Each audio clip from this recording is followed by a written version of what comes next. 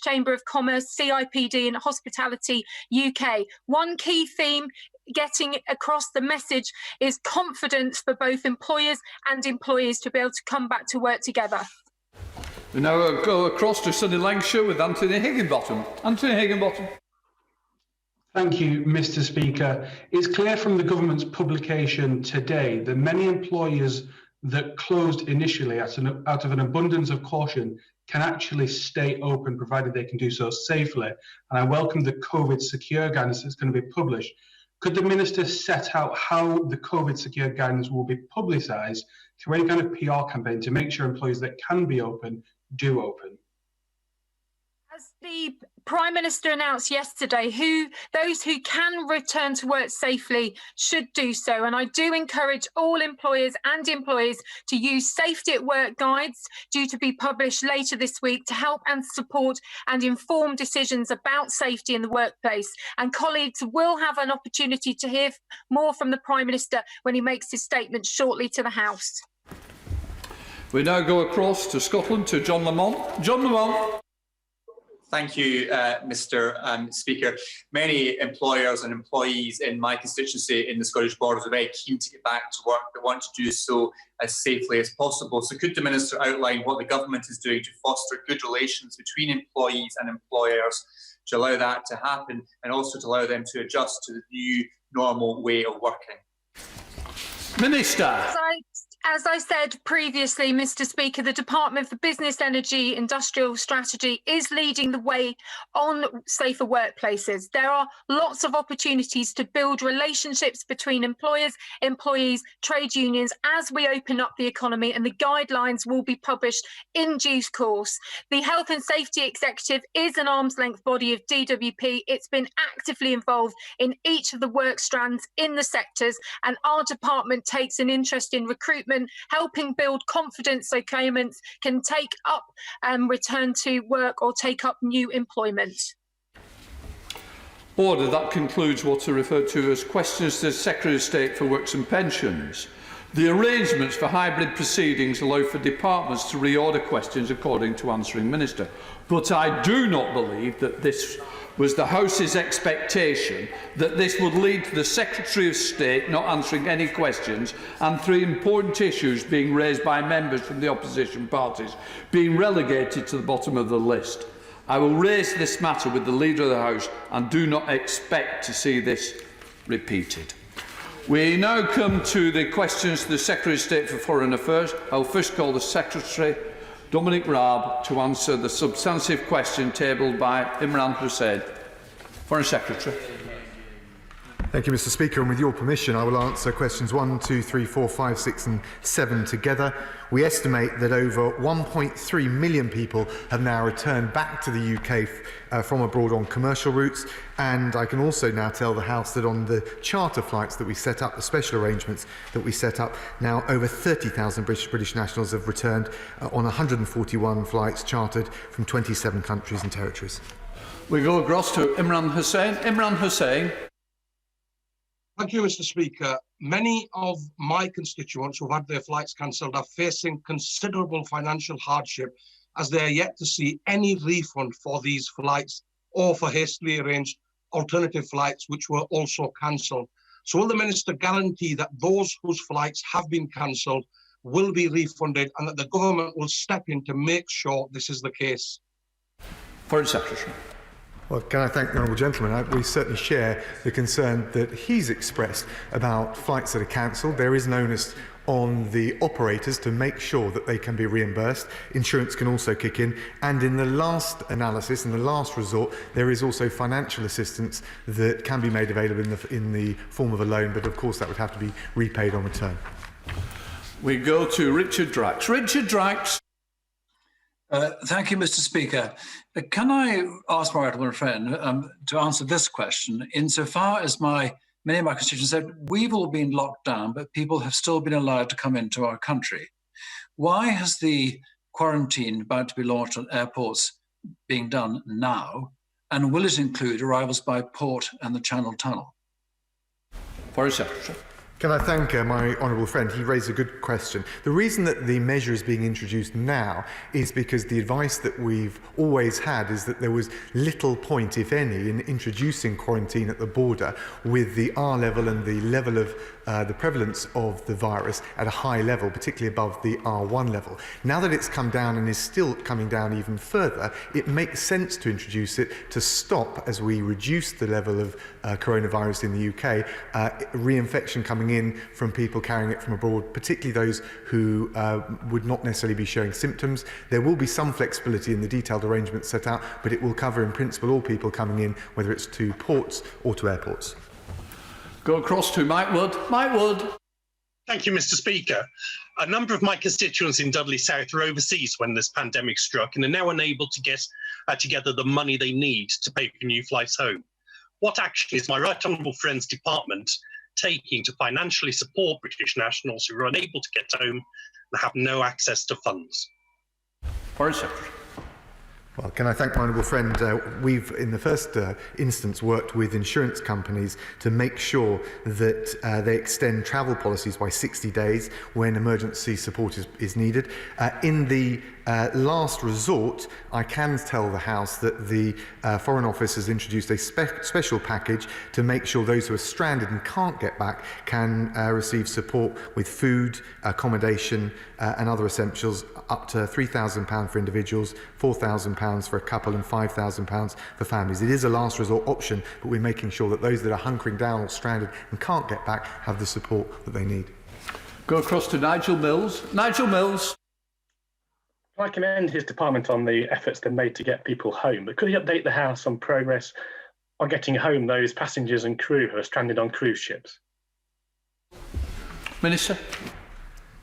Thank you, Mr. Speaker. And he raised a really important point. At the outset, certainly in March, when the Foreign Office changed its travel advice to advise against people travelling on cruises, we had more than 19,000 British passengers aboard 60 cruise ships. I can tell my honourable friend that they've all now been brought home safely, and there is still an outstanding issue with a number of UK crew on cruise ships around the world. We're working with the operators like Royal Caribbean, like Costa Atlantica, to make sure that they can get back as soon as possible. We go down to Cheryl Murray in Cornwall. Cheryl Murray. Thank you very much, Mr. Speaker. I've got a couple of constituents who were last heard of in the Philippines, and they told me that they were struggling to afford the cost of repatriation flights to get home. What additional help can my right honourable friend now offer them? Secretary. Thank you, Mr. Speaker. Can I thank my honourable friend? The Philippines has been a challenge, but I can reassure her we've managed to secure the return of over 600 British nationals on UK charter flights in April. I spoke to the Foreign Minister Locsin at the end of March to secure those April flights. She will know that the government of the Philippines suspended commercial flights earlier this month. They have resumed today. And on the financial support that she referred to, in exceptional circumstances, as a last resort, there are loans available to enable UK nationals to return home on flights. We go over to Dan Carden. Dan Carden. Thank you, Mr. Speaker. It's now clear that other European countries used emergency repatriation flights in parallel with commercial options to much greater success. The German government had chartered 30 times more of these flights by April than the UK government. So it was his decision early on to rely almost solely on commercial options to get people home, but left so many British citizens stranded abroad for so long. So will he publish the official advice he received and his decisions that led to so many British citizens being stranded abroad for so long? Foreign Secretary. Well, thank you, honourable gentleman. I share his concern about any British nationals stranded abroad. Brits are a nation of travellers, but his comparison with Germany is not correct because he's not including, as far as I understand it, all of those who came back on commercial flights. We work very hard with airlines, with airports, with foreign jurisdictions to enable that to happen. We've secured and helped to facilitate the return of 1.3 million British nationals on those commercial flights. That's 50,000 from Australia, 15,000 from Pakistan, 7,000 from Indonesia, and coming up close to 4,000 from New Zealand. We now go across to Mike Hill. Mike Hill. Thank you, Mr. Speaker. I have constituents stuck in many countries, including Nigeria and Australia. The one in Nigeria says he is number 3,233 on the repatriation list, and only one of the Australian cases have reached home at substantial personal cost. How can the Minister say that this is an adequate response? Foreign Secretary. Well, I thank the honourable gentleman. In terms of Nigeria, look, we are concerned, and that has been a challenge, but I can reassure him that over 1,700 British nationals have been repatriated to date on 7 charter flights. A further flight actually came home on the 8th of May in addition to that, and we will continue to do everything that we can. Of course, he will know that all airports in Nigeria are currently closed to all international commercial flights until at least the 4th of June. So that is the challenge we face, but we're doing everything we can. Well, can I welcome the Honourable Lady to the dispatch box? Lisa Nandy. Thanks very much. That's the last time I think Chorley will be nice to Wigan in this place. Can I thank the Minister for the weekly briefings that he's arranged for me and his kind words on me taking office. It's enabled us to work together to bring many more Britons home. But he'll know this is the 6th time I've had to raise the lack of quarantine measures and the fact that the UK is one of the few countries with no specific policies in place for returning citizens. Thousands will be flying into the UK in the next few days from parts of the world where infection rates are rising, healthcare and testing is limited, on packed planes with no social distancing measures. And as of Wednesday, many of them will be asked to go straight back to work. This really is absurd. So will he personally intervene to get a grip on this situation, not in a month, but now? Foreign Secretary. Well, can I thank the Honourable Lady and welcome her to her position. I know she's got huge tenacity and will scrutinise everything we're doing on these benches, but I also know that she looks forward and enjoys engaging on a constructive basis, and certainly that will be reciprocated on our side. The crucial thing with the quarantine and the self-isolation that we've announced and the Prime Minister announced last night is that there is little point, and all the scientific evidence that we received, so there's little point in introducing it until we got the prevalence of the coronavirus and the level of transmission down. At that point, it does make sense to introduce it because the risk is of reinfection or reseeding, as it's sometimes referred to by the scientists in the UK. So what I can reassure is we've followed the scientific and the medical advice at every step along the way. We go up to Scotland to a clean-shaven Alan Smith. Alan. Well spotted, Mr. Speaker. Thanks very much. Good to see you all. I'd echo Ms Nandy's concern about the quarantine restrictions coming in, that we do need a lot more clarity on why they've not been brought in before now and what they're going to actually mean in practice for people who are making travel arrangements or for vulnerable people coming back, themselves possibly sharing concerns about their own health and their risk of passing it on to others. So be grateful for more clarity on that. I'd also pick up on the Foreign Secretary's comments about the repatriation efforts that have been made to date. Now, I wouldn't say that nothing's happened, but I think we do need to acknowledge that the FCO response has been patchy and pretty stretched in parts. And I've called already for an inquiry into this so that we can learn lessons for the future. I do think we need to reiterate that today. And I'd be grateful for an assurance that we will properly look at how the FCO has handled this, the expectations which were put upon the FCO by the Foreign Secretary's got a grip of the question. Foreign Secretary.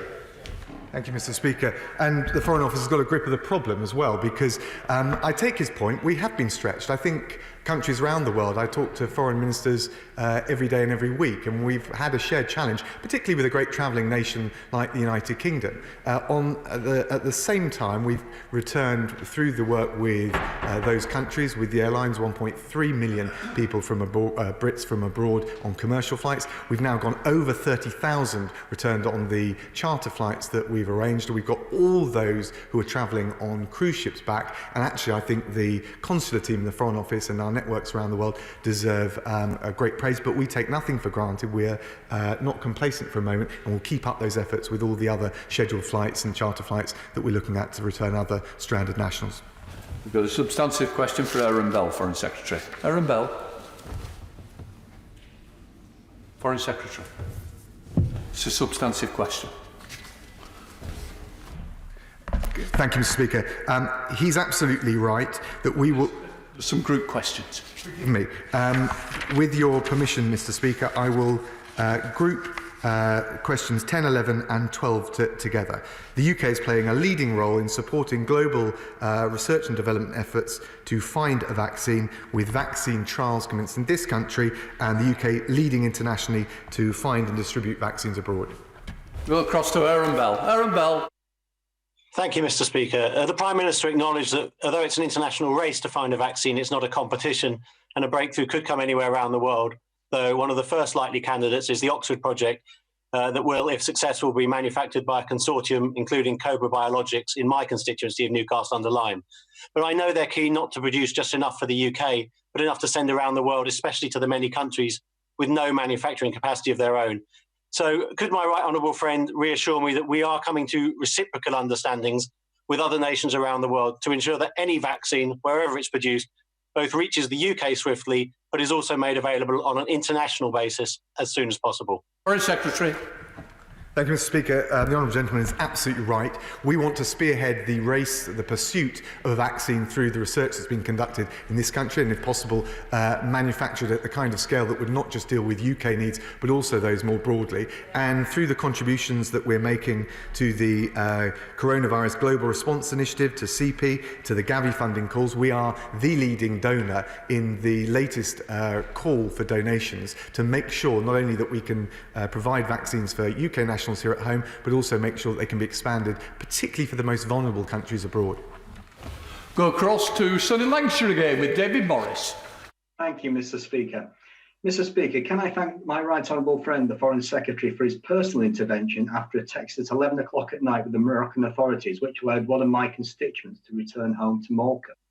Does he agree with me that keeping commercial routes into the UK open is critical in ensuring British nationals can continue to return home, as these routes have a vital connection for many of my constituents who were struckable? Foreign Secretary. Thank you, Mr. Speaker. Can I thank my honourable friend and also thank him for his tenacity and for raising the case of his constituents so swiftly. I'm delighted and of course relieved that they've been able to get home. And he's absolutely right with the broader point he makes. Yes, the charter flights are important. We've got over 30,000 British nationals back on those flights, but we have had to work very hard to keep the airports open, to keep particularly the transit hubs open. As a result of that, we've managed to secure the return safe and sound of over 1.3 million UK nationals on those vital commercial flights. Staying in the northwest, we go to Chris Green. Chris Green. Thank you, Mr. Speaker. Thanks in part to our leadership in and working with international partners on the Gavi programmes. We're in a leading position to collaborate in developing and manufacturing vaccinations. Does my right honourable friend agree that we need to take the same collaborative approach to developing and, crucially, manufacturing a vaccine to tackle COVID-19? Foreign Secretary. Well, I thank my honourable friend. He's absolutely right. We're proud to be pioneering trials in this country to crack the issue of finding a vaccine. Of course, the manufacturing base we've got here, we've got an incredible pharmaceutical sector. We need to be leveraging that. And we're also proud internationally that we co-hosted the Coronavirus Global Response Initiative on the 4th of May. And we will be hosting the Global Vaccine Summit on the 4th of June. As I said, in relation to CP and Gavi, we're the largest donor to the recent calls for funding. We'll continue up that international collaboration, which is so vital. Go back across the shadow, Foreign Secretary, Lisa Nandy. Thanks very much, Mr. Speaker. The UK's participation in the International Pledging Conference was extremely welcome, but it was deeply concerning that the USA was notable by its absence. Without US participation, the search for a vaccine will undeniably be slower and more lives lost. So can he reassure us that he or the Prime Minister did ask the United States to attend? What was the reason for turning us down? And what realistically does he think the UK can do to turn this situation around before not just the Gavi summit that he mentioned, but the Crunch G7 Leaders Summit in June? Foreign Secretary. Well, can I thank the Shadow Foreign Secretary? She raises an excellent point. This is a moment where we need to try and reduce political tensions and work collaboratively right across the world. In relation to returns, I work with my Cuban opposite number, my Chinese opposite numbers, and foreign ministers from around the world. And when it comes to finding the vaccine, I think there's an even stronger impetus. We'll keep making the case in the G7 bilaterally with the Americans, with all the countries, the major countries, to try and get a really strong international leadership And of course, we will continue to try and make sure that's as broad and as deep a coalition as possible. We're Tom Tugendhat, we're unable to connect, so what I'm going to do is call Minister James Duddridge to answer the substantive question tabled by Ruth Jones. Minister Duddridge. The humanitarian situation in Zimbabwe is bad. I had been an optimist on Zimbabwe post-Mugabe, but things are bleak across the political, economic, social and humanitarian fronts. Her Majesty's government stand ready to support, but only when we see genuine reform. Until then, we support the people of Zimbabwe with a £140 million development package, but crucially, none of this money goes directly through the government of Zimbabwe. We go across to Ruth Jones. Ruth Jones. Thank you, Mr. Speaker, and I thank the Minister for his update there. There are currently 7 million people in urban and rural areas of Zimbabwe in urgent need of humanitarian assistance, compared to only 5.5 million in August last year. So what conversations has the Minister had with the Zimbabwean government to discuss its humanitarian needs? Minister. On Thursday, I spoke to the DFID head in Zimbabwe and also our ambassador in relation to the situation. But they were very clear, as I am, that we need domestic reform in Zimbabwe as well as external international development. I will now call Minister James Cleverly to answer the substantive question tabled by Robert Largham. Minister Cleverly. Thank you, Mr. Speaker. We are concerned about Iran's destabilising regional activity. The Islamic Revolutionary Guard Corps provides military and financial support for groups that include the Houthis and Hezbollah. Support for these groups is in contravention to the UN Security Council resolutions and undermines prospects for regional stability. We have called upon Iran to play a constructive role in the region, and ministers and senior officials routinely raise concerns with Iranian counterparts and regional partners. Go across to Robert Largham. Robert Largham. Thank you, Mr. Speaker. The Islamic Republican Guard Corps is the nexus of Iran's destabilising activities, distributing funds and weapons in Iraq, Lebanon, Syria and Yemen. The Republican Guard is already subject to UK sanctions. So does the Minister agree with me that full prescription should now be applied? And does he share my concerns that the expiration of the JCPOA arms embargo in October stands to enable the Republican Guard to expand its murderous regional actions? Minister. We have long expressed our deeply held concerns about the destabilising activity of the Islamic Revolutionary Guard Corps, and whilst I take into consideration the points that you've made about their activity, the UK government does not routinely comment on organisations which it may prescribe, although the prescription list is regularly reviewed, and we will always take the situations on the ground into consideration when we update the prescription list. We go substantive question, Minister, from Stephen Crabb.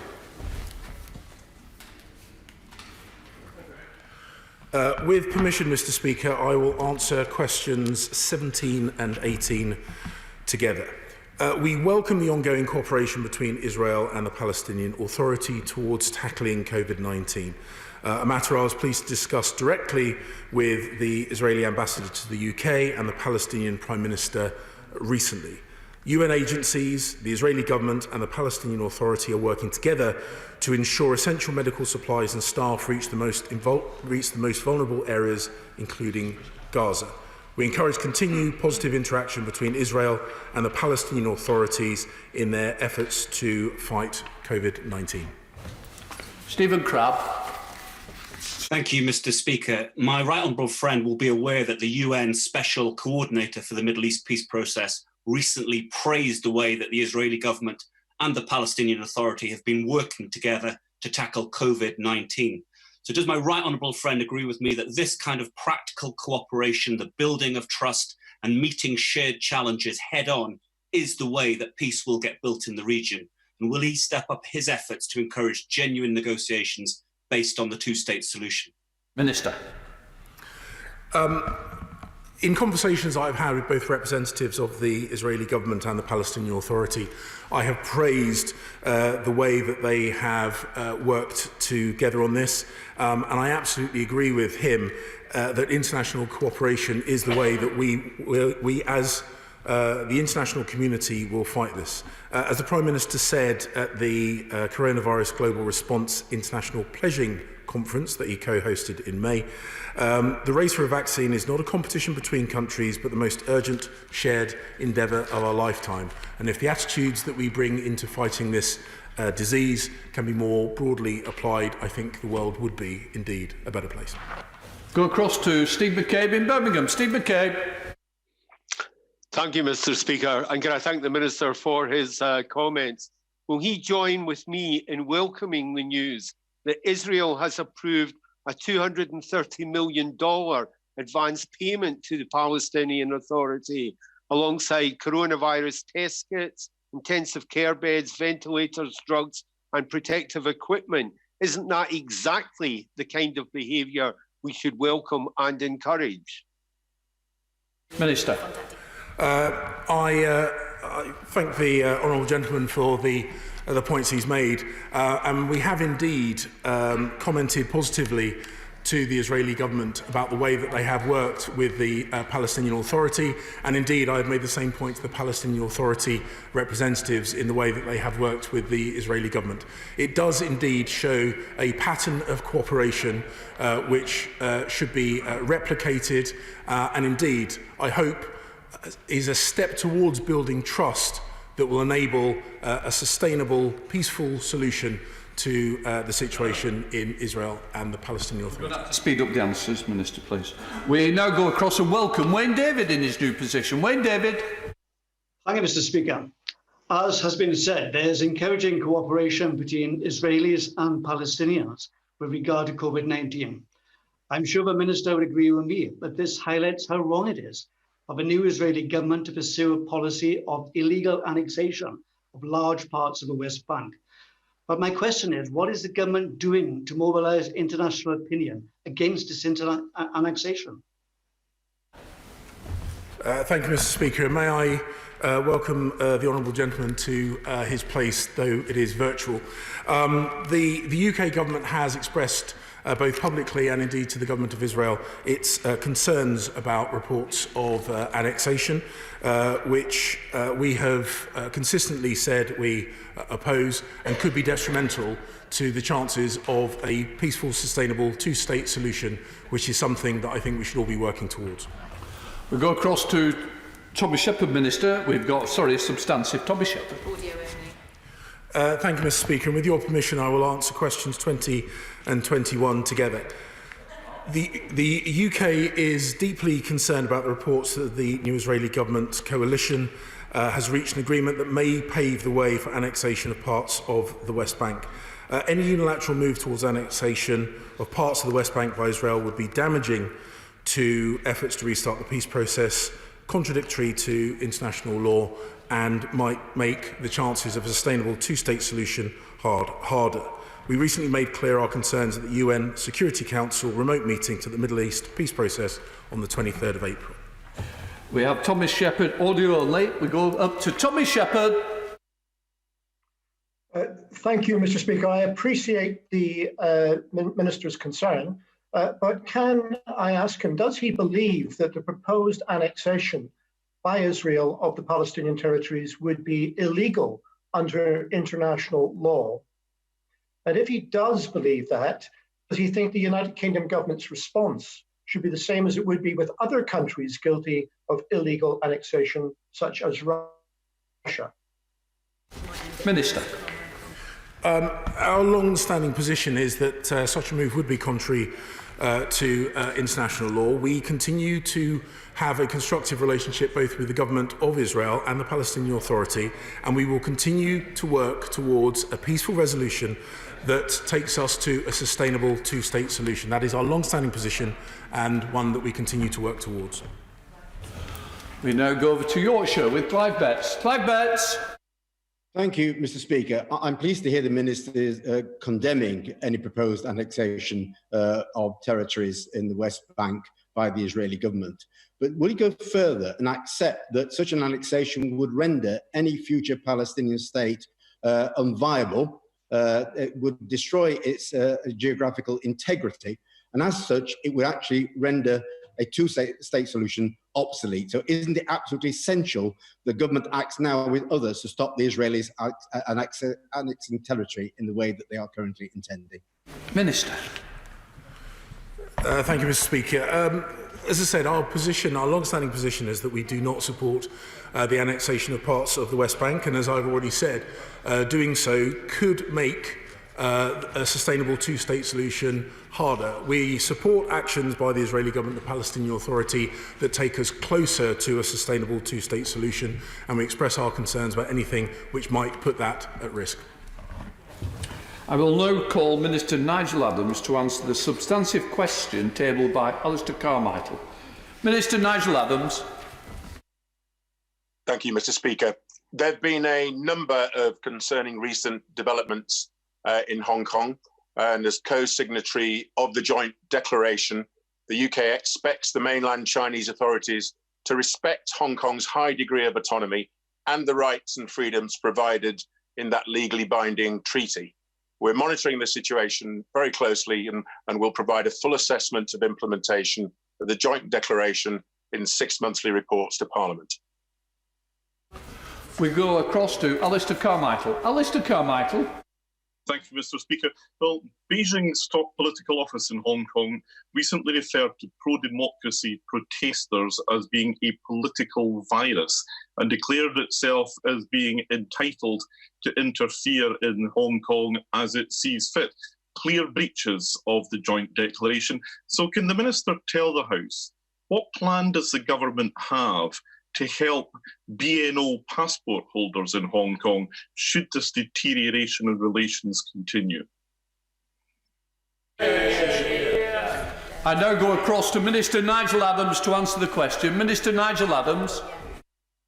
Thank you, Mr. Speaker. The Foreign Secretary commented in Parliament on the 26th of September that the status of British nationals overseas was a part of the delicate balance in the negotiations that led to the Sino-British joint declaration. We believe it would undermine the commitments we made under the memorandum exchange in connection with the joint declaration to change the arrangements regarding the status regarding BNOs. But of course, we keep the situation monitored constantly. And I know the Honourable Gentleman takes a very keen interest in this particular issue. That concludes that part of the event. Before calling the Prime Minister to make a statement, I should like to make this statement of my own accord. I am aware of the widespread concerns across the House about delays in government departments, and the Department of Health and Social Care in particular, responding to written questions and correspondence. I have received representations on this matter from the Procedure Committee, from backbenchers across the House, from opposition parties.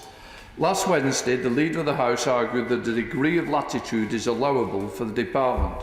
However, the Secretary of State himself has referred repeatedly to the value of parliamentary scrutiny, and written questions and letters to ministers are integral to such scrutiny. I accept that the Department of Health and Social Care faces many challenges, but I am sure resources across Whitehall can be mobilised to support them in maintaining proper standards of accountability. While I think it is right for me to call for improvements within government, I also want to make a plea to all honourable members to be targeted and considered in their written questions that they table at this time, and to avoid swapping departments with questions on fast-moving situations, which will be superseded before they can be answered. I now call the Prime Minister, who should speak for no more than 10 minutes. Prime Minister. Thank you, Mr. Speaker. With permission, I'll make a statement about the next steps in our battle against coronavirus and how we can, with the utmost caution, gradually begin to rebuild our economy and reopen our society. For the last 2 months, the British people have faced a grave threat with common sense, compassion and unflinching resolve. We have together observed the toughest restrictions on our freedoms in memory, changing our way of life on a scale unimaginable only months ago. All our efforts have been directed towards protecting our NHS and saving lives. Tragically, many families have lost loved ones before their time, and we share their grief. Yet our shared effort has averted a still worse catastrophe, one that could have overwhelmed the NHS and claimed 500,000 lives. Every day, dedicated doctors, nurses and social care workers, army medics and more have risked their own lives in the service of others. And they have helped to cut the reproduction rate from between 2.6 and 2.8 in April to between 0.5 and 0.9 today. The number of COVID patients in hospital has fallen by over a third since Easter Sunday. Our armed forces joined the NHS to build new hospitals on timetables that were telescoped from years to weeks, almost doubling the number of critical care beds and ensuring that since the end of March, at least a third have always been available. Our challenge now is to find a way forward that preserves our hard-won gains while easing the burden of the lockdown. And I will be candid with the House, this is a supremely difficult balance to strike. There could be no greater mistake than to jeopardise everything we've striven to achieve by proceeding too far and too fast. We will be driven not by hope or economic revival as an end in itself, but by data and science and public health. And so the government is today submitting to the House a plan which is conditional and dependent, as always, on the common sense and observance of the British people and on continual reassessment of the data. That picture varies across the regions and home nations of the United Kingdom, requiring a flexible response. Different parts of the UK may need to stay in full lockdown longer, but any divergence should only be short-term, because as Prime Minister of the UK, I am in no doubt that we must defeat this threat and face the challenge of recovery together. Our progress will depend on meeting 5 essential tests: protecting the NHS, reducing both the daily death toll and the infection rate in a sustained way, ensuring that testing and PPE can meet future demand, which is a global problem, but one that we must fix, and avoiding a second peak that would overwhelm the NHS. A new UK-wide joint biosecurity centre will measure our progress with a 5-stage COVID alert system, and the combined effect of our measures so far has been to prevent us from reaching level 5, a situation that would have been in which the NHS would have been overwhelmed, and to hold us at level 4. Thanks to the hard work and sacrifice of the British people by following the social distancing rules, we're now in a position where we can move in stages to where I hope the scientific advice will tell us that we are down to level 3. But this will only happen if everyone continues to play their part, to stay alert and to follow the rules. We must also deal with the epidemic in care homes, where a tragic number of the elderly and vulnerable have been lost. And while the situation is thankfully improving, there is a vast amount more to be done. And of course, we need a world-leading system for testing and tracking and tracing victims and their contacts. So I'm delighted that Baroness Harding, the chair of NHS Improvement, has agreed to take charge of a programme that will ultimately enable us to test hundreds of thousands of people every day. All this means that we have begun our descent from the peak of the epidemic, but our journey has reached the most perilous moment where a wrong move could be disastrous. So at this stage, we can go no further than to announce the first careful modification of our measures. Step 1 in moving towards COVID alert level 3, a shift in emphasis that we can begin this week.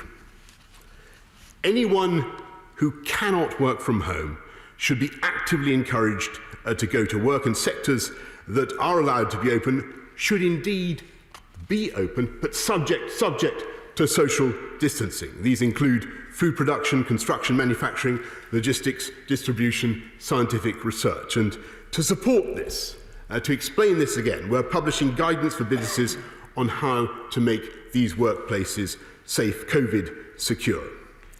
People who are able to work from home, as we've continually said, should do so. People who cannot work from home should talk to their employers about returning this week and the difficulties that they may or may not have.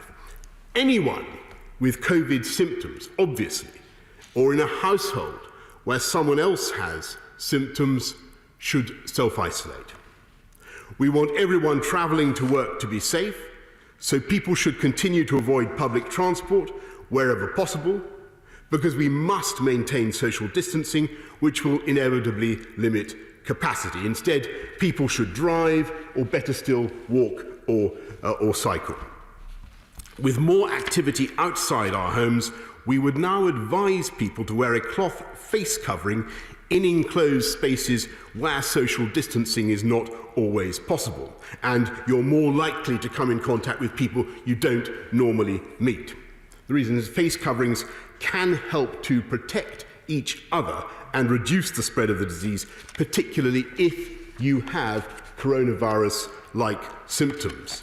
But this does not mean, I must stress this does not mean wearing medical face masks, 2R or FFP3, which must be reserved for people who need them. We have all lived so far with onerous restrictions, Mr. Speaker, on outdoor spaces and exercise. And this is where my honourable friend interjects from the Secretary, because I know he's a keen swimmer, Mr. Speaker, and unfortunately we can't do anything for swimming pools, but we can do something for lakes and the sea.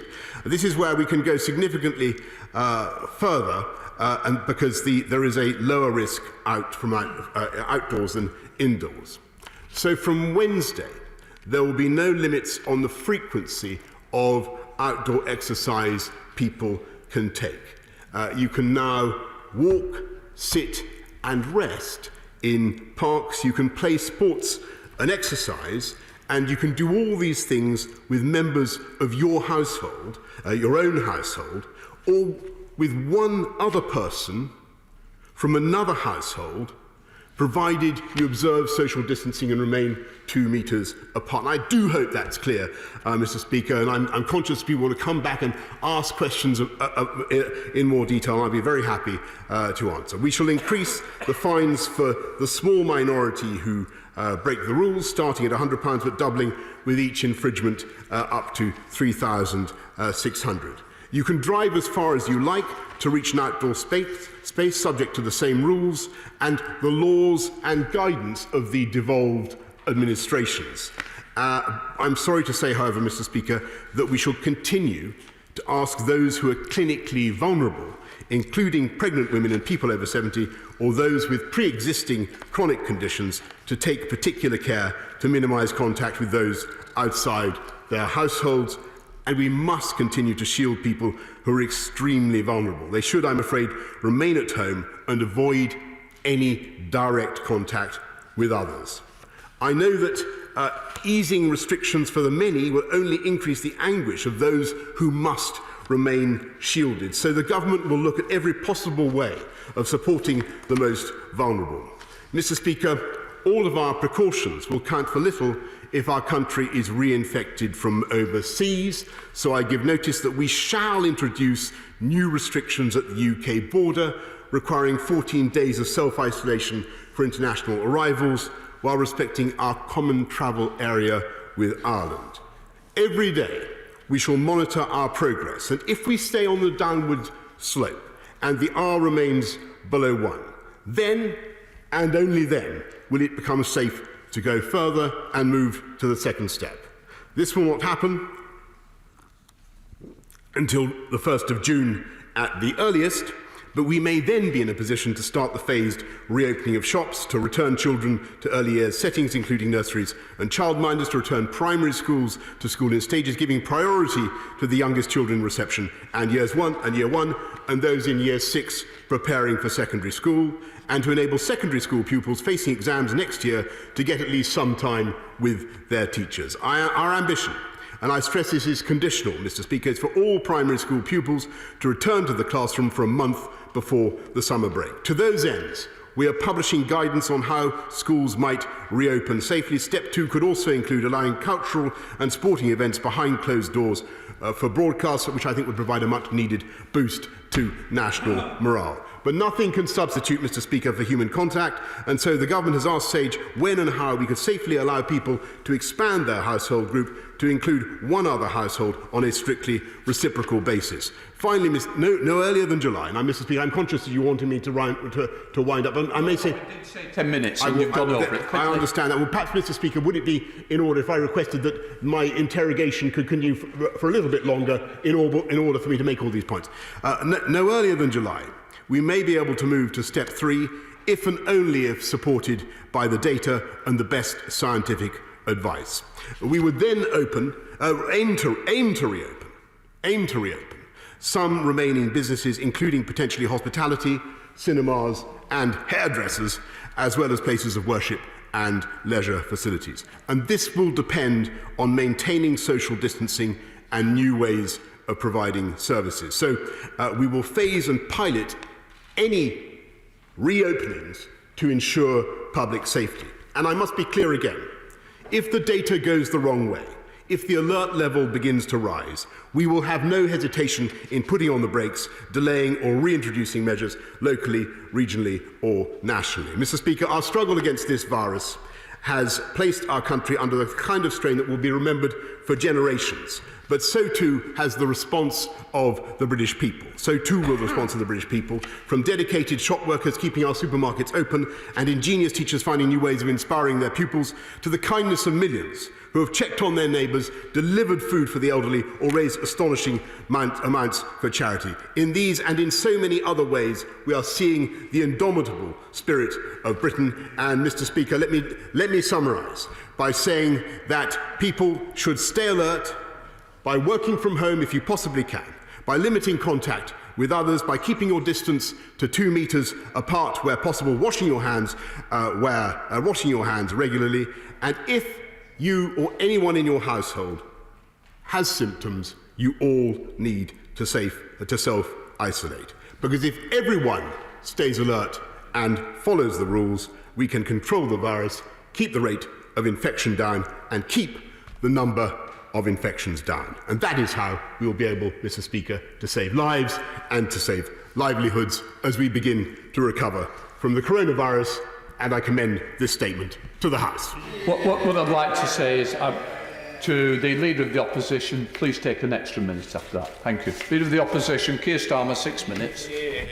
Thank you, Mr. Speaker. Can I thank the Prime Minister for advance copy of his statement and for advance copy of the command paper that his office sent through an hour or so ago, and for taking time to speak to me and other opposition leaders yesterday before his speech. And can I start by acknowledging just how difficult the decisions are that now fall to be taken? We do recognise how difficult they are. What the country needs at this time is clarity and reassurance. And at the moment, both are in pretty short supply. And at the heart of the problem, it seems, is that the Prime Minister made a statement last night before the plan was written, or at least finalised. And that has caused considerable confusion. So yesterday afternoon, there was a number 10 press release that said, from Monday, i.e. today, anyone who can't work from home, for instance, those in construction and manufacturing, should be actively encouraged to go to work. So it's understood from that it was today was the start day, and that was for construction and manufacturing. A few hours later, the Prime Minister made his statement. There was no express reference to time frame. Today, in the command document, page 25, it says that these policy changes apply from Wednesday, and the list has been expanded from construction and manufacturing to other sectors. So now we have a start date of Wednesday and a wider range of sectors that are going back to work on Wednesday. So far, so good. One of the key issues then is, will there be guidelines in place to ensure safety at the workforce? They were being consulted on last Sunday. They were vague and had big gaps in. So under protective equipment, it just said to be inserted or to be added. In the document I've now seen, it says that workplaces should follow the COVID secure guidelines, which I assume are the same guidelines, as soon as practicable. But under page 22, it says they will be released later this week. So we know some people are going back to work on Wednesday. The guidelines have not been published. They're apparently going to be released later this week. So can I just ask the Prime Minister, will the guidelines, the safety guidelines, be ready for Wednesday, which realistically means tomorrow, if workplaces are going to be ready for them for Wednesday morning? If not, is he seriously asking people to go back to work without the guidelines? Have the guidelines now been agreed with businesses and trade unions? That was the attempt that was going on Sunday a week ago. And do the guidelines only apply in England? Can I then turn to getting to work, because this has been the other issue of some concern. The Prime Minister said last night that people shouldn't rely on public transport. The command paper now, page 26, says the government is working with transport providers to bring services back to pre-COVID-19 levels as soon as possible. So bring the services back to their old levels, and says social distancing guidelines on public transport must then be rigorously followed. So ramp up the service, new guidelines for social distancing. But again, we learned from page 26, unfortunately, those guidelines not ready. And they're coming later in the week. Well, are they coming tomorrow, ready for Wednesday, or later in the week? Because otherwise people will be using public transport, operators required to operate to guidelines that don't yet exist. And again, is that for England only? And have those guidelines been agreed with the transport providers and the relevant trade unions? Mr. Speaker, one other point about work. There is a real concern that the Prime Minister might be able to clarify for those that have got childcare responsibilities, with schools not going back till June, and I understand the conditionality behind that. Should they go back to work on Wednesday or not? Because they're in a quandary as to what to do. Can I then turn to international travel? Last night, the Prime Minister said in his speech that he was proposing to impose quarantine on people coming into the country by air. Well, given that 100,000 people have arrived in the UK since the start of lockdown, why is that only being introduced now? And is it only for those arriving by air? Because the command paper now says it's for all international arrivals. So does that mean all ports? And again, is that England or the UK? But it then goes on to say these international travel measures, i.e. the quarantine, will not come into force on Wednesday, unlike the other policy changes, but will be introduced as soon as possible. So when's that going to be? The Prime Minister also said we're going to be driven by the science, the data and public health. So what is the scientific evidence and the public health basis behind the measures announced and the stay alert message? And finally, the Prime Minister will know that there's not consensus either on messaging now or on policy between the UK government and those in Wales, Scotland and Northern Ireland. Not something I know he wanted to see, but now we're in that position. Raises serious concerns with a real danger of divergence. And again, this is clear from the document that he provided to me an hour or so ago. Page 27 says, travel to outdoor spaces is now permitted irrespective of distance, but we must respect the different rules in Scotland, Wales and Northern Ireland. Does that mean one can travel to the border but not presumably beyond the border where there are differences, which makes enforcement extremely difficult and clarity really difficult? So what can we do, what can he do to ensure that we exit lockdown as one united kingdom just as we entered it? Mr. Speaker, there are lots of questions, but so far precious few answers. The country does need clarity on this, and people need reassurance above all else. They need it in the next 48 hours. So can the Prime Minister now please provide that clarity? Prime Minister. Thank you very much, Mr. Speaker, and I'm grateful for all the questions that the right honourable gentleman has raised and the spirit in which he's raised them.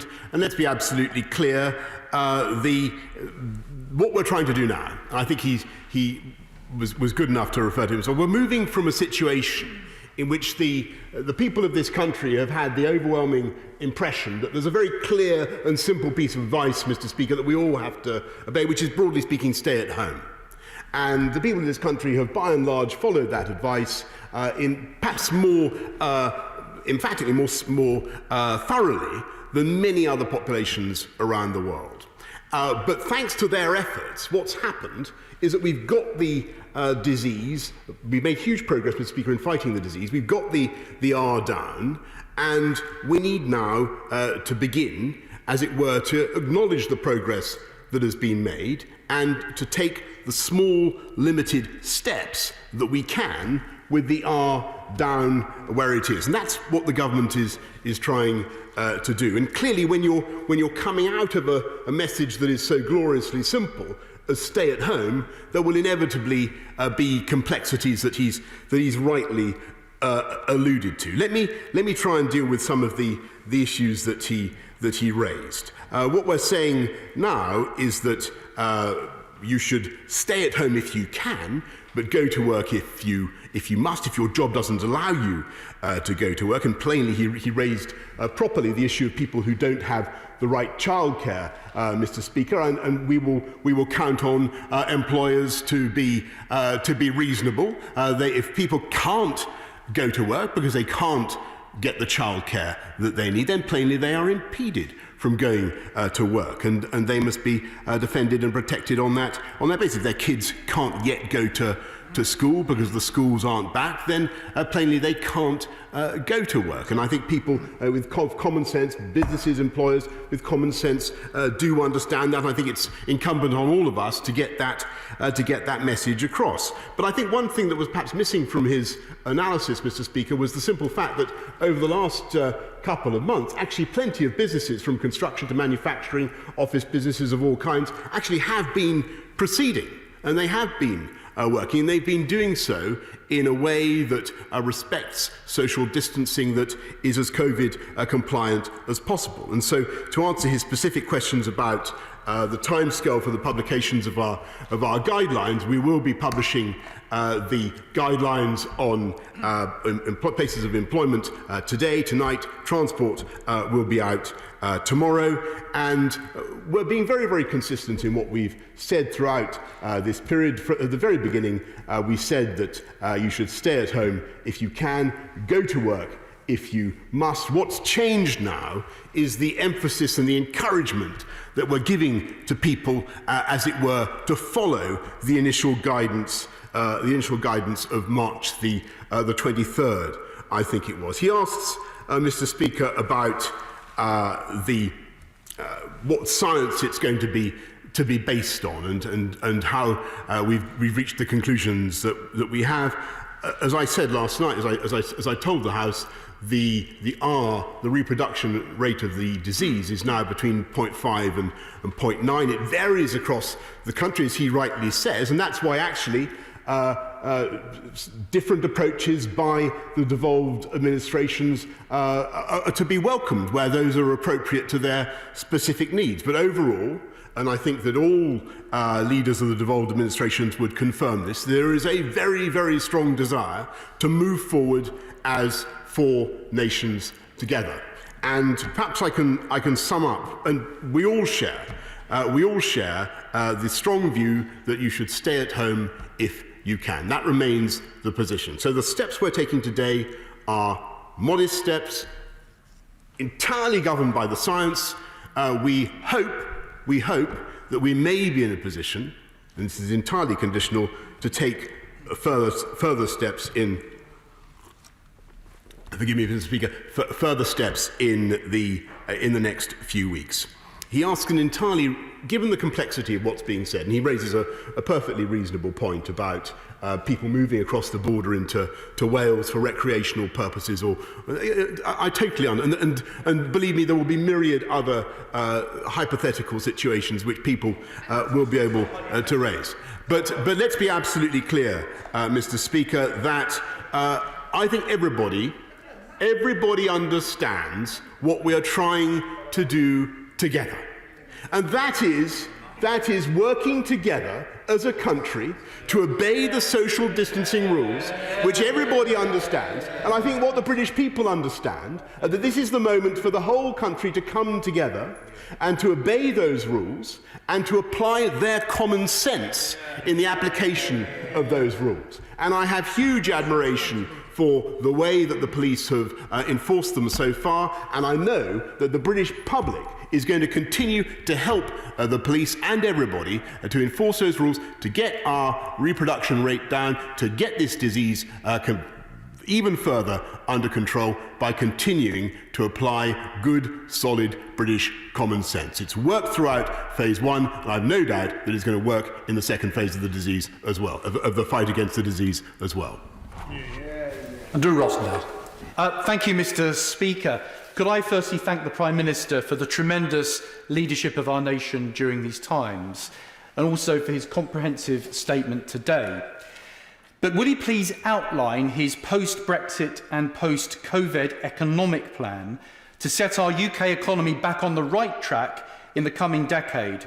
And does he agree with me that our priority must be to make plans now to boost domestic output in manufacturing and agriculture so that we can reduce our reliance on imports and support British business growth and job creation in constituencies like Romford, with a bold free enterprise agenda led, I believe, by a Prime Minister who I know will show the true bulldog spirit of this country and take our nation back to prosperity and greater things in the future. Prime Minister, thank you. Well, I thank my honourable friend very much, and I can assure him that the spirit of Romford will certainly be actuating our approach, and I can tell him that there's a huge difference between the way this government has handled this crisis and what happened in 2008. Huge difference. The most important, of course, is that we decided to look after the livelihoods and the job prospects of the families across the country.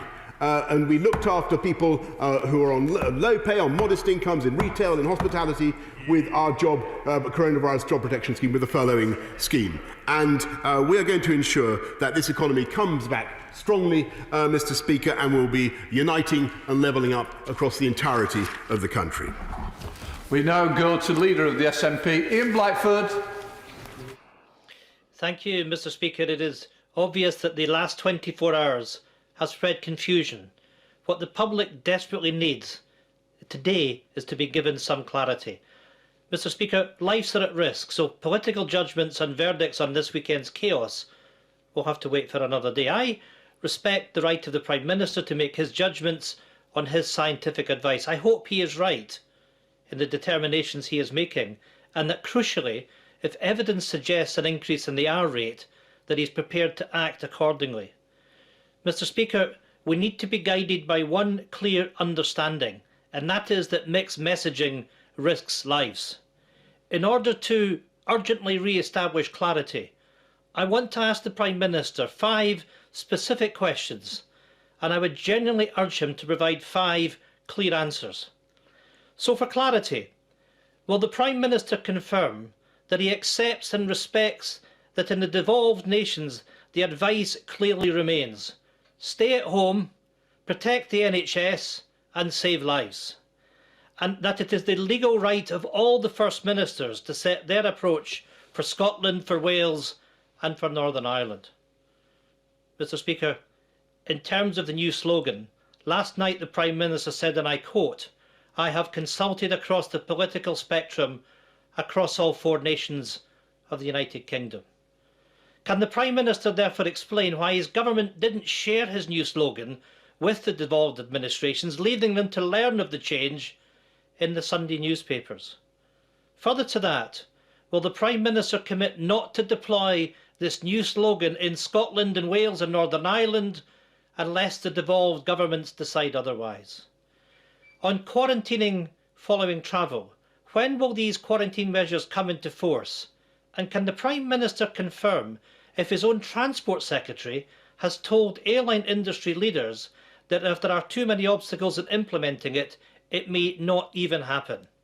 And finally, for ultimate clarity, will the Prime Minister reaffirm for the public and businesses in Scotland that the advice that they should follow will come directly from the Scottish Government and not the advice that he gave in last night's broadcast? Minister. Mr. Speaker, I think just quickly, the answers are 1, yes. 2, I think stay alert is a valid piece of advice, and indeed so is stay at home if you can. My answer, number 4, is no. And Mr. Speaker, I would just say to the right honourable gentleman quite simply that I do think that the UK has been able, thanks to the cooperation I've had not just with honourable members opposite but across all 4 nations, I think we have been able to make a huge amount of progress together. I think most people actually understand where we are in fighting this disease. Most people looking at the reality, the practical reality of the advice that we are giving today can see that overall there is far, far more that unites the UK than divides it, though I know that it is always the political temptation to accentuate the divisions. That is not going to be the approach of this government, and I don't believe it should be the approach that commends itself to parties across this House. Can I just urge members to speed up in the questions and certainly in the replies from the Prime Minister. I now go across to Kevin Hollinray. Kevin Hollinray. Well, thank you, Mr. Speaker. Can I welcome the Prime Minister's statement and his approach to start to reopen the economy while keeping the virus under control? Testing and tracing is key to the way forward. Would my right honourable friend agree that a way, if we can reduce the time taken to get test results back from the current 5 days to as little as 24 hours, would make that approach even more effective? Absolutely, my honourable friend is completely right, and speed of turnaround is crucial in improving our testing. We have done 100,000 tests again yesterday. I'm pleased to say, but clearly pace of turnaround is absolutely critical for getting up to where we need to be, 200,000, as he knows, by the end of the month, and then a much more ambitious programme thereafter. Go across to Sir Edward Davey. Sir Edward Davey. Throughout this crisis, many of us have put party politics aside to support the national effort to defeat coronavirus. And we want to keep doing that, not least because the British people have sacrificed so much already. Yet in return, the government must be clear with the British people and reassure us that ministers are following the science and the advice of independent experts. So will he confirm new reports that neither the Chief Medical Officer nor the Chief Scientific Advisor signed off yesterday's shift in the public health message from stay at home to stay alert? Speaker, that's not right. We go across to Mike Wood. Mike Wood. Thank you, Mr. Speaker. Many businesses restarting operations are unlikely to have order books full enough to sustain a full workforce for months after the end of formal restrictions. Will the Prime Minister look at how job support can be tapered rather than being withdrawn overnight, and more flexibility added, like being able to re-furlough for a week at a time to reflect a firm's workforce needs? Mr. Speaker, I do think that the furloughing scheme has been one of the most remarkable features of the government's response, and it is unlike anything seen internationally. 6.5 million people currently are being supported. It is absolutely right that we should do it. I don't want to anticipate what my right honourable friend, the Chancellor, is going to say, but the House will hear more about that, Mr. Speaker, tomorrow. We go across to Liv Saville-Roberts in Marion. Liv Saville-Roberts. I understand the sense of optimism the Prime Minister wishes to convey, and I understand that people need hope. But we must not forget that over 31,000 people are dead. To the hundreds of thousands of grieving families, this doesn't feel like victory in a fight. Mr. Speaker, there is now a three-nations approach. Wales, Scotland and Northern Ireland all agree on policy and message. And I mean this with no malice, but for the sake of clarity, can he confirm that in almost everything he has announced today, the Prime Minister is acting as the Prime Minister of England? Prime Minister. No, Mr. Speaker, I reject that completely, and I think that most people looking at what we're saying will know that it carries, it is a very good advice for the entire population of the United Kingdom, though I perfectly respect the inflections and variations that may be necessary both locally, regionally and nationally to reflect differences in those areas. There is a higher R rate in some parts of the country, and as we come out of the disease, Mr. Speaker, we will be applying different measures in different places in order to get that R down locally, regionally and nationally as well. Go across to Alicia Kearns. Alicia Kearns. Thank you, Mr. Speaker. Will the Prime Minister join me in thanking everyone who has saved lives by following government guidance over the last 7 weeks? But constituents of Rutland and Melton have written to me about the few persistent offenders who continue to flout the rules. Will my right honourable friend confirm how great the increase in the fines will be, and that this will act as a greater deterrent and serve to make clear that the danger from the virus has not yet passed? Well, Mr. Speaker, I can confirm that the starting point of the fines will be £100, will be lowered to £50 if paid within 14 days, but it will go up and up and up to, as I said earlier on, to £3,600. We don't want to impose these fines. Nobody wants to impose these fines. We don't want to add to the burdens of our wonderful police force. So that's why I know that the British people will exercise their common sense, Mr. Speaker. Go across to Ian Paisley. Ian Paisley. Thank you, Mr. Speaker, and I thank the Prime Minister for his statement. Can the Prime Minister ensure the House that the government will carefully manage the economy off the job retention scheme so as there is no cliff edge for the sectors that he has mentioned? He has already mentioned hospitality and tourism. In Northern Ireland, that's 16,000 people potentially face redundancy in another month's time. That has to be carefully managed. And will he protect Northern Ireland airports from unfair competition in the Republic of Ireland? Minister.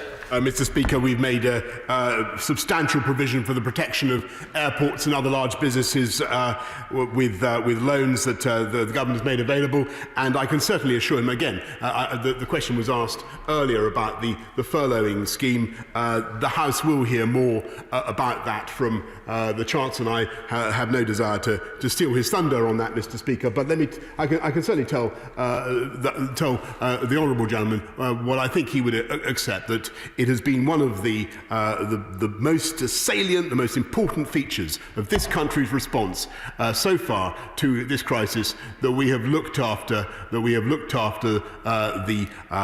lowest paid, some of the lowest paid people in our society, the hardest working people, and we will continue to do so. We go down to Henry Smith. Henry Smith. Thank you, Mr. Speaker. A recent Centre for Cities report stated that the Crawley economy could be the worst affected anywhere in the United Kingdom because of the significance of the aviation industry. Can the Prime Minister say a little bit more about what support will be offered by the government for this crucial sector, not just to my local constituency, but also for the whole UK as a global island trading nation? Minister. I thank my honourable friend, and he's raised this with me personally on several occasions. Aviation is crucial for our country and for our economy. The packages already available include Bank of England schemes for firms to raise capital, business interruption loan guarantee schemes, the time to pay flexibilities with tax bills. We will do everything we can to make sure that we keep Britain flying and get Britain flying again in the way that it needs to, and get airports flourishing in the way that they need to. But first, as I'm sure he will understand, Mr. Speaker, we must devote our energies as a nation to beating this virus. Go up to Chiamora. Chiamora. Thank you, Mr. Speaker. The North East has the highest coronavirus infection rate in the country and some of the highest levels of deprivation, where coronavirus mortality is twice that in the least deprived areas. Now the Prime Minister is telling those who cannot work from home, so mainly in lower paid, manual and people-facing jobs, to get back to work without transport, childcare, PPE or proper protections for workers in place, putting more risk on those already at risk. So will he say clearly that first and foremost, everyone has a duty and a right to stay safe? Yes or no? Prime Minister. Absolutely, Mr. Speaker, and I just remind of what I said to the Right Honourable Gentleman, the Leader of the Opposition, earlier on. Don't forget that many businesses have kept going throughout this crisis across many sectors, but we are going to insist that businesses across this country look after their workers, are COVID secure, COVID compliant. The Health and Safety Executive will be enforcing it, and we will be having spot inspections to make sure that businesses are keeping their employees safe. And it will of course be open to employees who do not feel safe to raise that, not just with their employers, but with the HSE, with the Health and Safety Executive as well, Mr. Speaker. We go to Michael Fabricant. Michael Fabricant. Thank you, Mr. Speaker. We all know it'll take a while yet, but eventually the UK will be free of COVID-19. When that does happen, what is my right honourable friend's vision? Does he want to see a return to the old normal of pollution and crowded commuter trains, or does he see a better and cleaner future? Okay, well, out of this tragedy and out of this disaster, of course, we hope that some changes and some opportunities will come. And I certainly see a huge opportunity for cleaner, greener transport. The UK will continue its mission to be a net zero nation by 2050. We know we can do it. And as the House will know, we've committed £2 billion, Mr. Speaker, to investing in cleaner transport, walking, cycling amongst them. We go over to Jeremy Corbyn. Jeremy Corbyn. Thank you, Mr. Speaker. Does the Prime Minister recognise that the COVID crisis has exposed grotesque levels of inequality within our society? And his statement yesterday has given a carte blanche to many employers to try and force people to come back to work without proper consideration of their health and safety, without consideration of the dangers that they're going to suffer in travelling to work. And does he not recognise that his statement, whilst the death rate is so high and the reinfection rate continues, will actually probably make the situation worse, not better?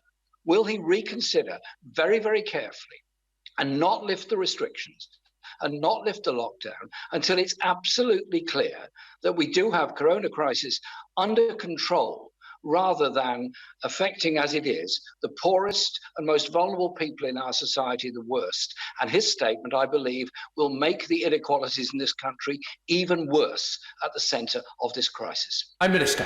Well, Mr. Speaker, I must say I reject that characterisation of what we're doing, where we are effectively restating the position of March the 23rd, but with a change of emphasis to make it clear that those who cannot work from home in sectors such as construction and manufacturing should go to work, provided that work is going to be COVID compliant, COVID secure. He's right to raise that vital issue of safety, provided the transport to get those workers there is COVID secure and COVID compliant. We're publishing papers today and tomorrow about how we propose to do that. It is a small step forward, but I believe it's the right step forward. The country has made huge exertions to bring the R down, Mr. Speaker, and made huge exertions to get this virus under control. It's right now that we should make some small steps forward. We go over to South Yorkshire. Alexander Stafford. Alexander. Thank you, Mr. Speaker. Can I first thank the Prime Minister for his clear statement and for support and guidance he has given us all across Rother Valley. It is clear that this government is taking a balanced and pragmatic approach that ultimately will save lives. However, can the Prime Minister confirm that this plan is both dynamic and flexible enough to ensure that we can reopen up different businesses at different times and in different locations, so that we can kickstart our economy as soon as we are able to, as only with a strong economy can we have a strong NHS?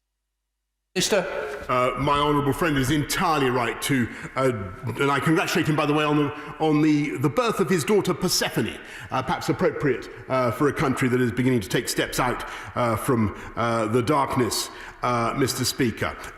We will, as we do that, as we take these steps, we will of course be flexible. As I said in my answer just now to the right honourable gentleman from Islington, we will make sure that where there are local flare-ups, where we see the disease taking off again, we will not hesitate to put on the brakes. But he's absolutely right that to have a strong NHS, as we must and we do and we will, we need a strong economy as well.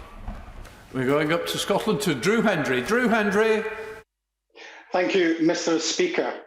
Reports in the press say that his government are preparing to cut the rate of support in the furlough scheme by a quarter.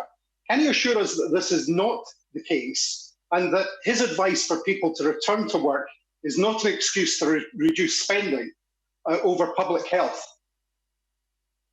Minister, I have a considerable respect for the press, but I would advise him not to necessarily to believe everything that he reads about that matter until he's heard from the Chancellor, who, as I say, will be speaking to the House tomorrow about it. Going down to Warrington South, Andy Carter. Andy Carter. Thank you, Mr. Speaker. Can I welcome the Prime Minister's statement and recognise the maximum caution he is taking in gradually lifting these restrictions? I've heard today from many constituents here in Warrington who are parents of school-aged children. They're keen to return to work this week in a safe way, but will need some help with looking after their families while schools remain closed. Can the Prime Minister outline what guidance government are giving to parents to help them with childcare? Prime Minister. Well, Mr. Speaker, he raises a very, very important point, which I've addressed earlier a couple of times, and I want to stress again, for the benefit of the House, that and for the country, we want to, if we can, we want to bring primary schools back at the beginning of next month, reception year 1 and year 6, and then to have all primary school children getting at least a month of education before the holidays in July. I appreciate that as that's going to be a process in which not everybody will be able to get their kids into school as fast perhaps as they would in order to get but they would like in order to get back to work. There will be childcare needs. My right honourable friend, the Secretary of State for Education, will be setting out in further detail how we propose to help those with particular childcare needs. But I want to stress that if you can't get the childcare you need to get to work, then that is plainly an impediment on your ability to work, and your employer should recognise that. We go to Catherine McKinnell. Catherine McKinnell.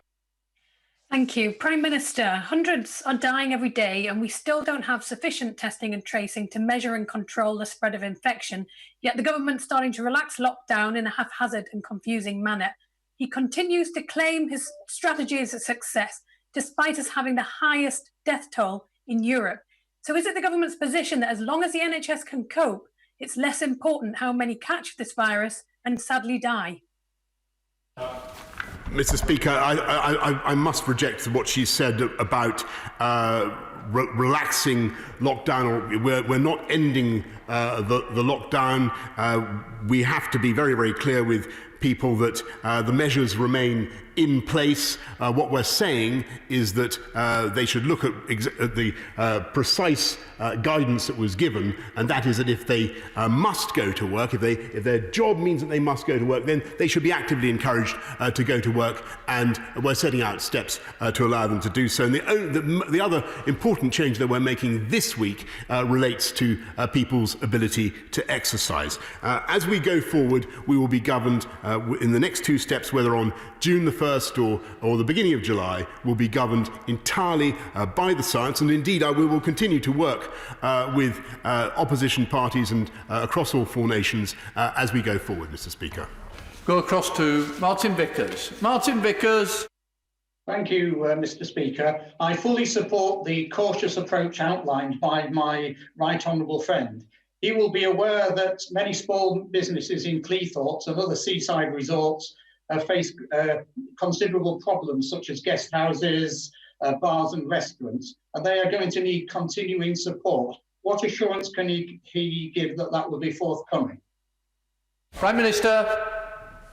Thank you, Mr. Speaker. Well, as somebody who's enjoyed the wonderful hospitality sector in his constituency on a couple of occasions, at least, I know how important it is and how vibrant it is.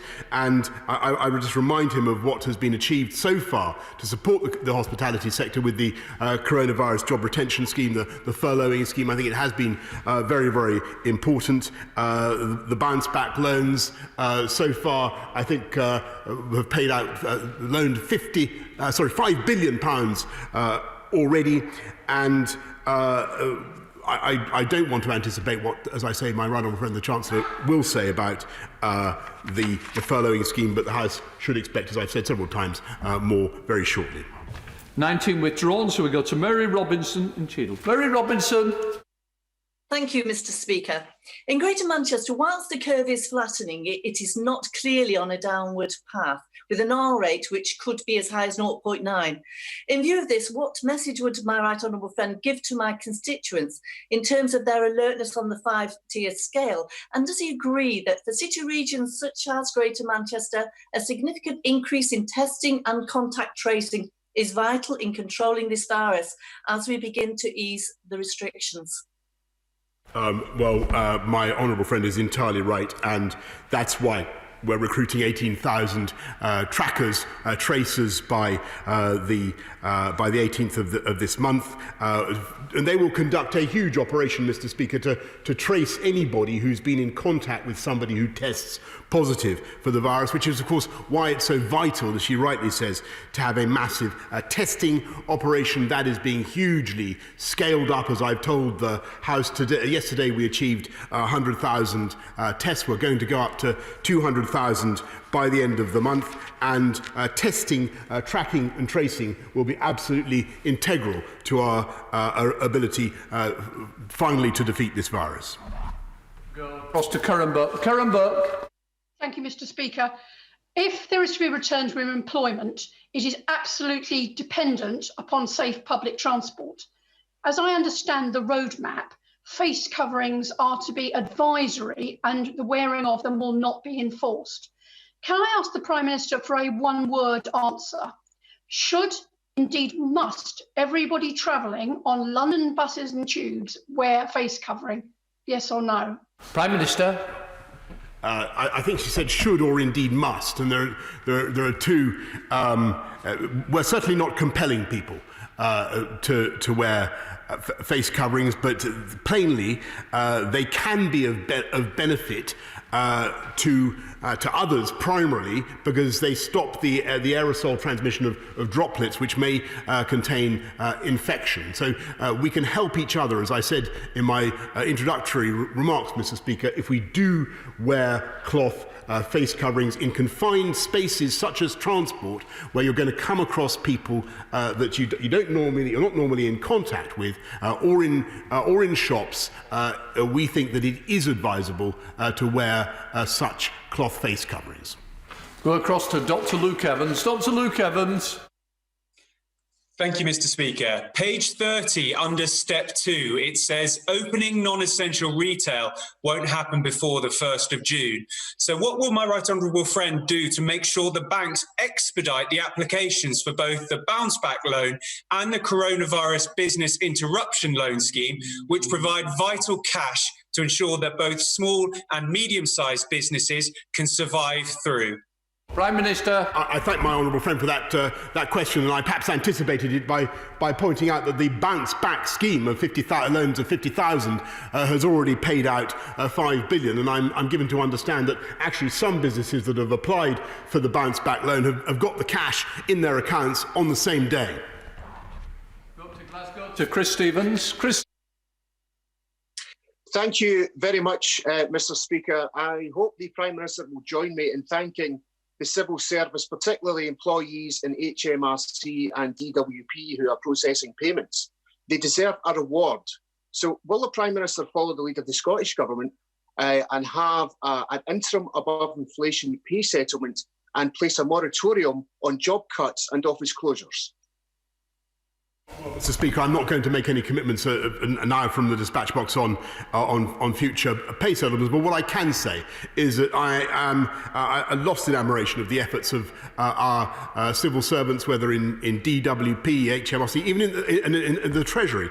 If you think about the furloughing scheme, everybody said it was impossible. Everybody said it was far too complicated. You'd never get that cash into people's pockets. But, Mr. Speaker, they did it within 4 weeks. I think it's a fantastic tribute to the work of our civil service, and I thank them from the bottom of my heart. Go across to Robert Courts. Robert Courts. Thank you, Mr. Speaker, and I thank the Prime Minister for his update on progress of testing and tracing this invisible killer. But can he confirm for the people of West Oxfordshire that the new systems that we are putting in place will, in the fullness of time, be able to detect local flare-ups?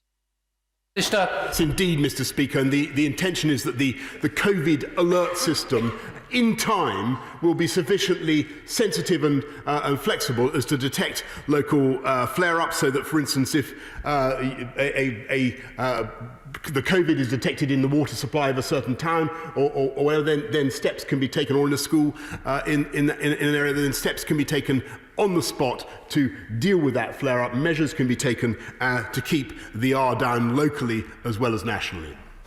Go to Ruth Jones. Ruth Jones. Thank you, Mr. Speaker. The Prime Minister claims to have devised a new stage of his plan, having consulted across all 4 nations of the UK. Yet the First Minister of Scotland claims the first she saw of it was in the newspapers.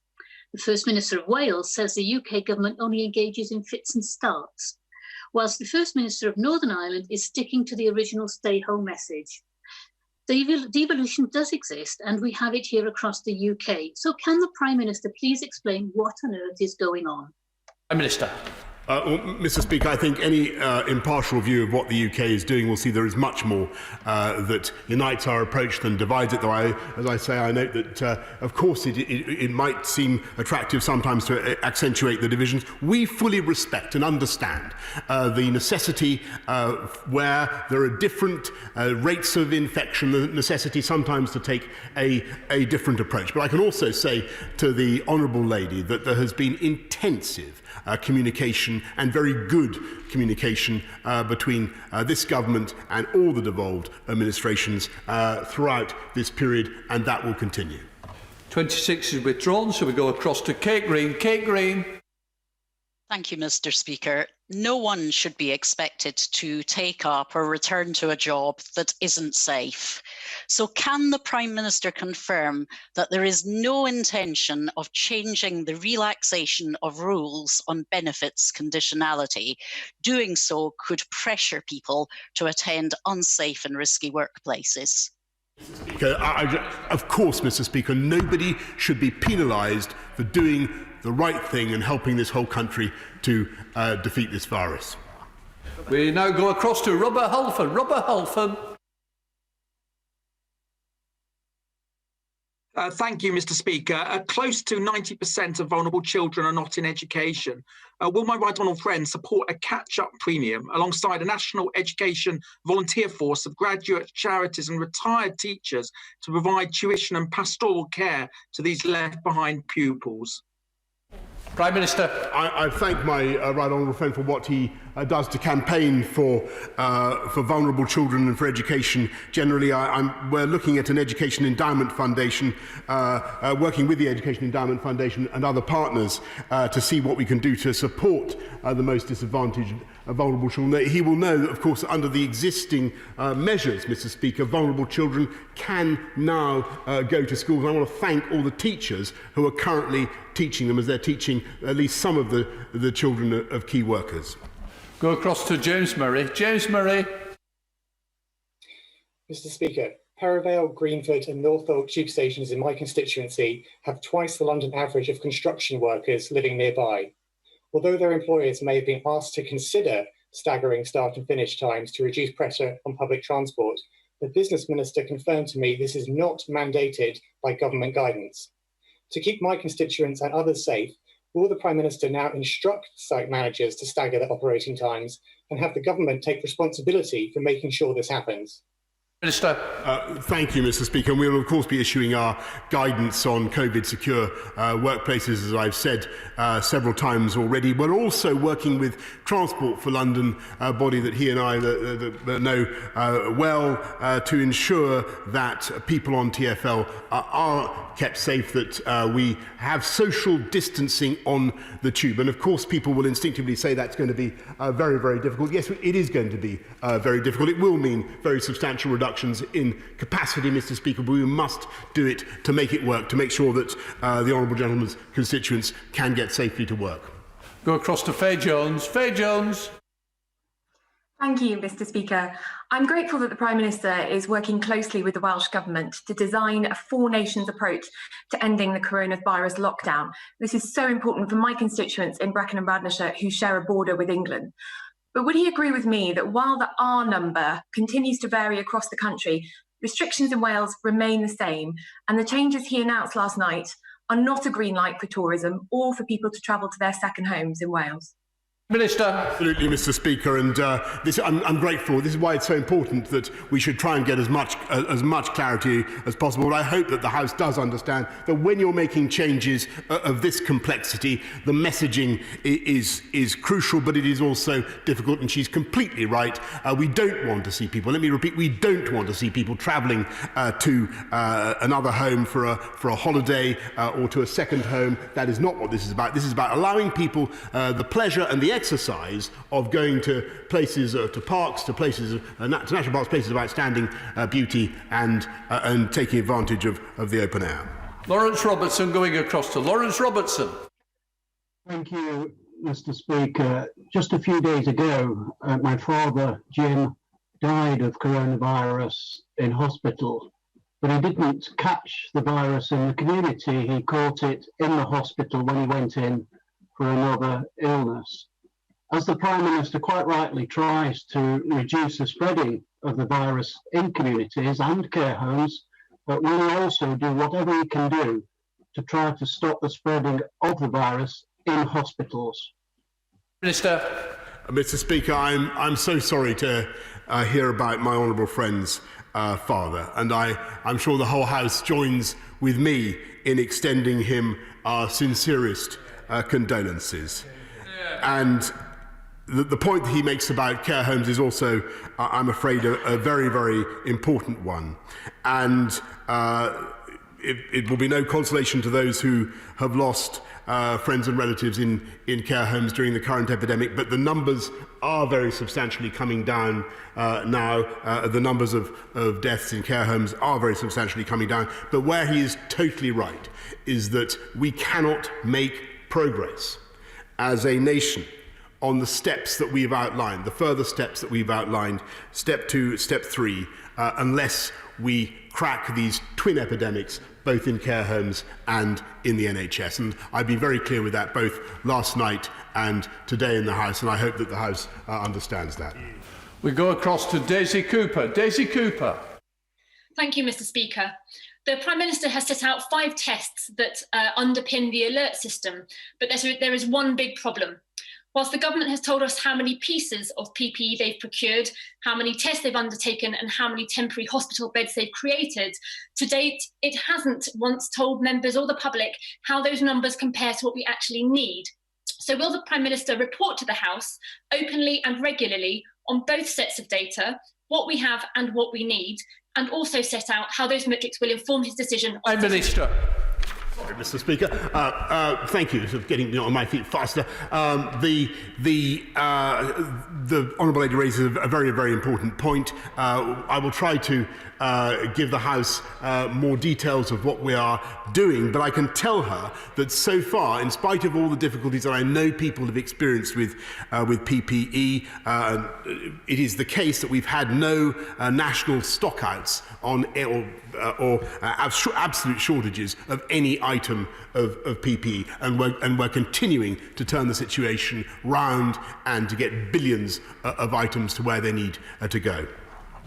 We go across to Sir Edward Lee. Sir Edward Lee. The phased approach of the government to protect public safety is obviously correct, but we are now faced with perhaps the biggest recession in hundreds of years and an unparalleled increase in the public sector. So will the Prime Minister ensure that, whereas in the past these increases have often been accompanied by waste and fraud and incompetence at the expense of the taxpayer, he will put the most effective public accounts controls in to protect the taxpayer and to pay for all this? He will ensure that we get Britain back to work, and where it's possible to have social distancing, people are actually encouraged to work. Yes, Mr. Speaker, and of course we will have effective accounting of the investments that we're making to protect the public and of the furloughing scheme and all the many other expenditures we are obliged to make. But I think he would also understand that the biggest single economic risk we face at the moment is the risk that the virus should surge back again and trigger a second spike. And that's why we all need to work together, as I'm sure everybody understands, to continue to depress the R, keep the virus under control and stay alert. Go across to Maria Eagle. Maria Eagle. Thank you, Mr. Speaker. The Secretary of State for Housing, Communities and Local Government originally said the government would fund councils for whatever they needed to get communities through the COVID crisis, but now says he will only fund the things government have specifically asked them to do. Now, Liverpool City Council and Knowsley Borough Council have both received less than half of what they've spent so far, despite having one of the worst outbreaks in the country and already having lost 2/3 of their government funding in the last 10 years. So will the Prime Minister now undertake to reimburse them the full costs of COVID, as promised at the start of this outbreak? Prime Minister. Speaker, as the Right Honourable Lady knows, we have invested the 3.2 billion extra into supporting local councils. I will take away what she said about Liverpool City Council and Knowsley Council. I will take it up with my Right Honourable friend, the Secretary for Communities and Local Government. 36 withdrawn. We go across to Chris Law. Chris Law. Thank you, Mr. Speaker. The Secretary of State for Housing, Communities and Local Government said yesterday that stay alert will mean stay alert by staying home as much as possible. However, this morning, the Prime Minister's Deputy, the Foreign Secretary, has said that people can travel as far as they want for exercise and can meet with other people in public places if they use some common sense.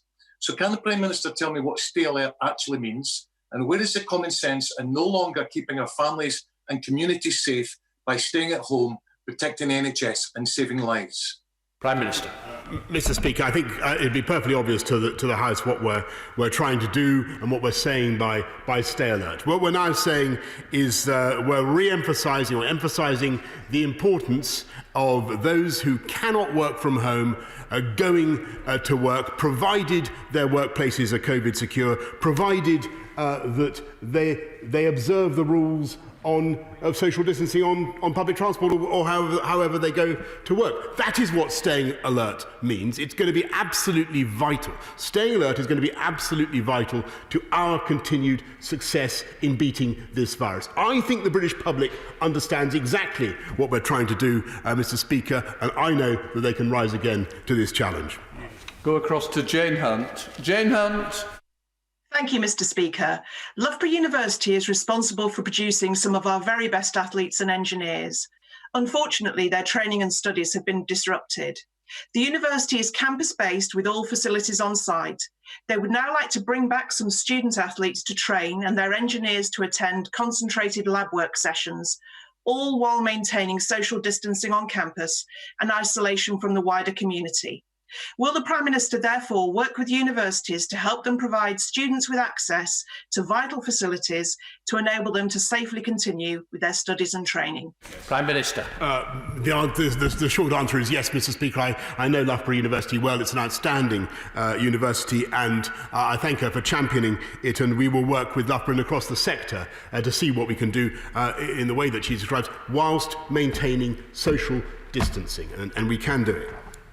We'll cross to Bill Esterson. Bill Esterson. People are worried about going back to work, about their safety, and about infecting their loved ones. They don't understand why guidelines weren't published before they were told to go back to work. The Prime Minister's ambiguity and lack of clarity has just made matters worse. So will he take on board the concerns voiced by unions, workers and employers? Will he tell us how he will enforce those guidelines to keep people safe? And will he say how workers will be able to voice their concerns about their safety at work. Mr. Speaker, this country has made huge progress in the last 2 months. Thanks to our collective efforts, we've got the R down below 1. Now is the time to make small, calibrated changes, respectful always of the science and of the risk of a second spike. And that's why we're emphasising that if you must go to work, if you can't work from home, then you should do, provided. Now, he's right to draw attention to this, provided your workplace is COVID secure, and we're publishing further guidance on that, and provided you observe the rules on social distancing. It's common sense. I do think the British people understand what we're trying to do, and I think they also understand that this is the right time, Mr. Speaker, to begin those modest steps. Now comes the final question from Peter Aldous. Peter Aldous. Thank you very much, Mr. Speaker. The Prime Minister is right to highlight above all else the need to avoid a second spike. And a concern that I am receiving, both from individual constituents and from businesses, is that the reopening of primary schools could present a significant threat, both in the classroom and at the school gate. Can the Prime Minister assure the House that he and his government will do all that they can to address these worries before allowing primary schools to reopen? Mr. Speaker, and I should stress that we've only made the announcement on primary schools, as we say everything, because we have the guidance from our scientists and our medical officers, and we think that we could get to that stage on June the 1st. But I want to stress to him that it is all, as I said to the House, it's all conditional, it's all provisional. We must continue to drive down the R. We must continue our fight against the coronavirus, and we will be publishing guidance, Mr. Speaker, about safety in schools, about how parents, teachers and children can use schools, can go to schools with confidence, Mr. Speaker. There will be change, the environment will be different in our school settings, but that doesn't mean that they should be closed down forever. We will be gradually, if we can make progress, we will be gradually restarting, as I say, in June. Order. I suspend the House for 30 minutes till 11 minutes past 5. Order.